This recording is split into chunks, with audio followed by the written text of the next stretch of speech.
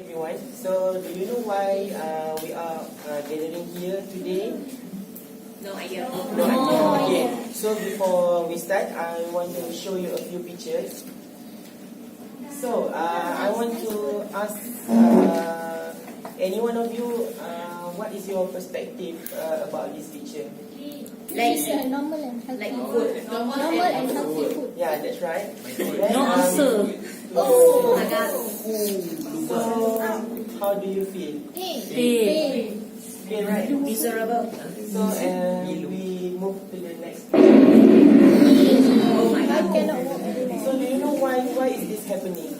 So actually, this is because the complication of the diabetes to the food. And then I want to ask any one of you, does anybody know which country in Asia has the highest rate of diabetes? Malaysia.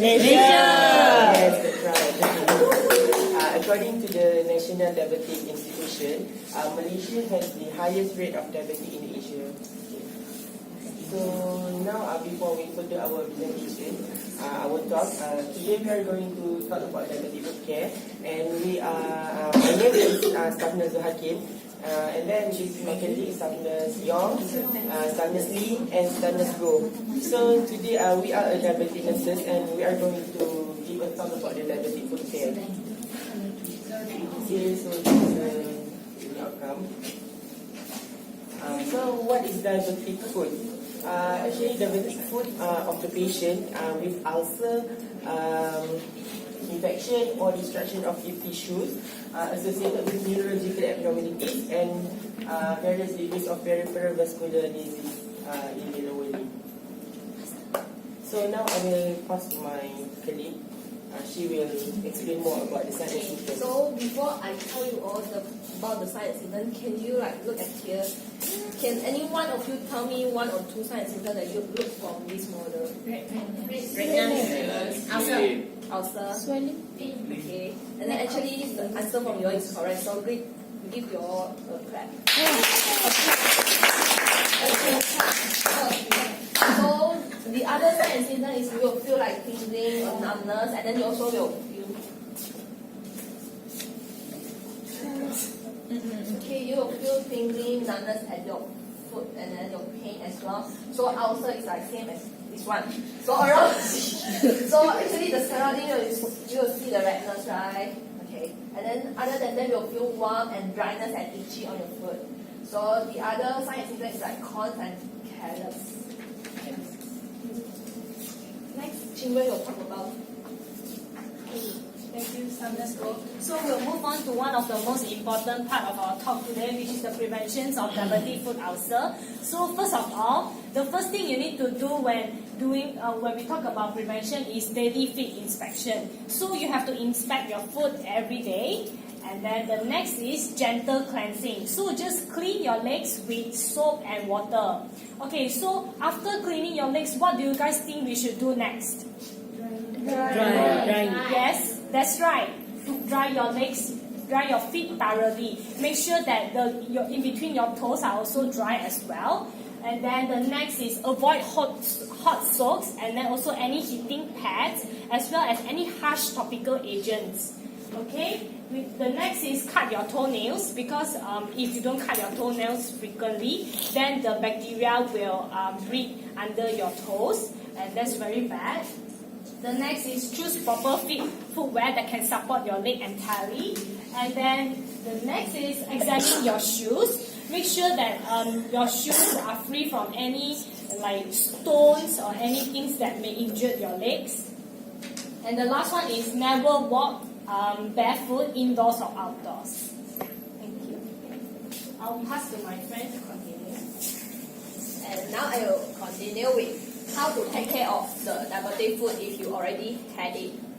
Next. So firstly, just like what Sam Lee mentioned just now, we have to inspect our feet daily.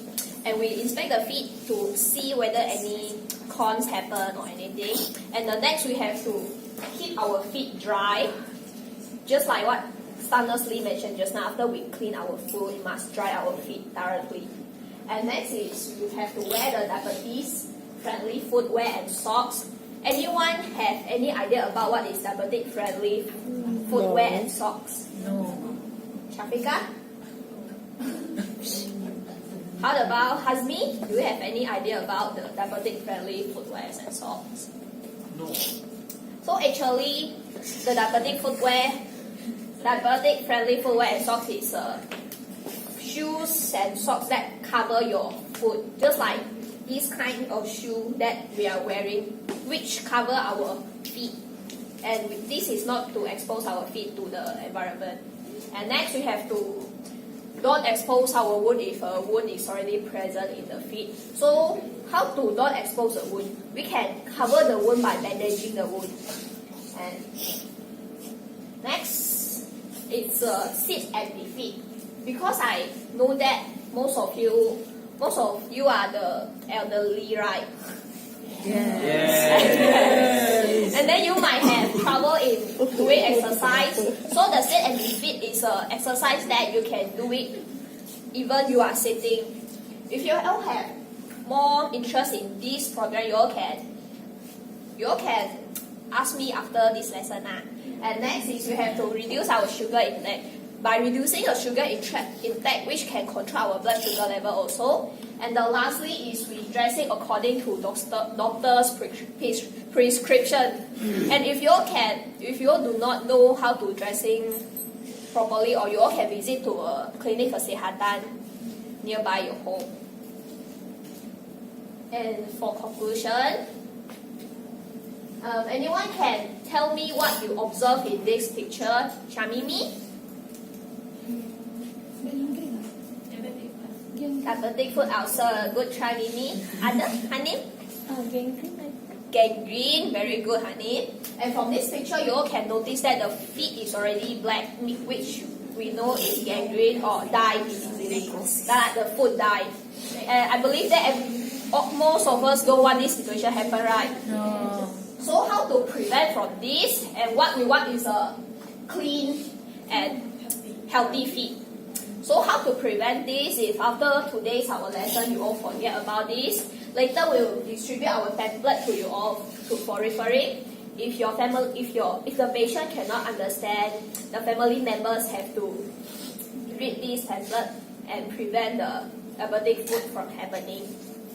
Yes. So any question from the floor?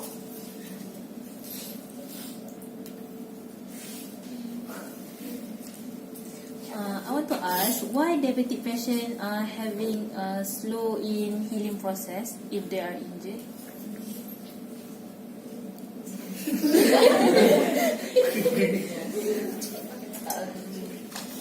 So for diabetic patient, actually we know their blood glucose level is very high. So the glucose level is high in their blood. So it will cause the blood flow is very slow than the normal person. So it's like it might be quite difficult for all reduce our blood flow to the affected area, and then you'll cause the wound healing process getting slow. Thank you for your answer. Thank you for your question. Any other question? Hazmi?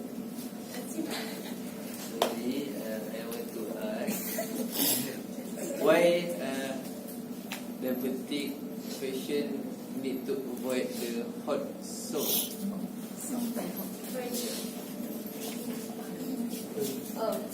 The diabetic patient have to avoid the hot socks is because actually one of the signs and symptoms of diabetic foot is a reduced blood flow to the feet, so the sensation in the feet will reduce. So the patient may not feel the temperature of the hot socks. Maybe the hot socks will suddenly go too higher, but the patient has no sensation, like he or she has less sensation to the hot. So this will, if the skin already break down, he or she also will not feel the skin breakdown. So it's very dangerous to the diabetic patient.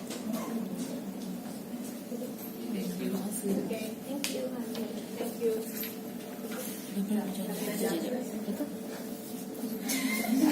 So this one from us. Thank you. everyone can understand the diabetic food after our lesson today. Thank you.